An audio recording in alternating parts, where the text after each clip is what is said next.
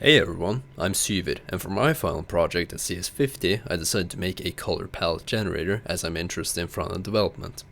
Now the reason why I decided to make this color palette generator is because I always have a hard time to pick a color palette whenever I'm doing any form of design related work.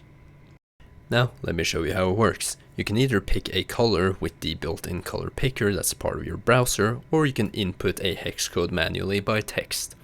Now, whenever you do input a new color, immediately the palette beneath will generate something based upon your selected color. Now you see the palette changed to generate 11 new shades of the color that I picked. As a cool little feature, each shade of the palette has a contrast ratio on it. This contrast ratio is based on either the lightest or darkest color used on top of that specific shade. Whether or not it picks the lightest or darkest shade to use on top of that specific shade depends on which of them has the highest contrast ratio when used with that specific shade.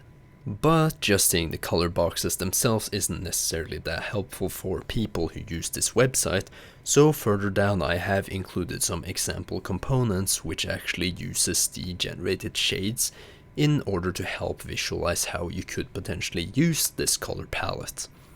For instance, you have buttons, input fields, toggles, tooltips, and some other components that I just threw together to visualize how someone could potentially use this color palette.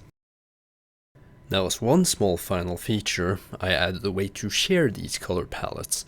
Maybe you've noticed that the URL bar has a parameter which is equal to the hex code.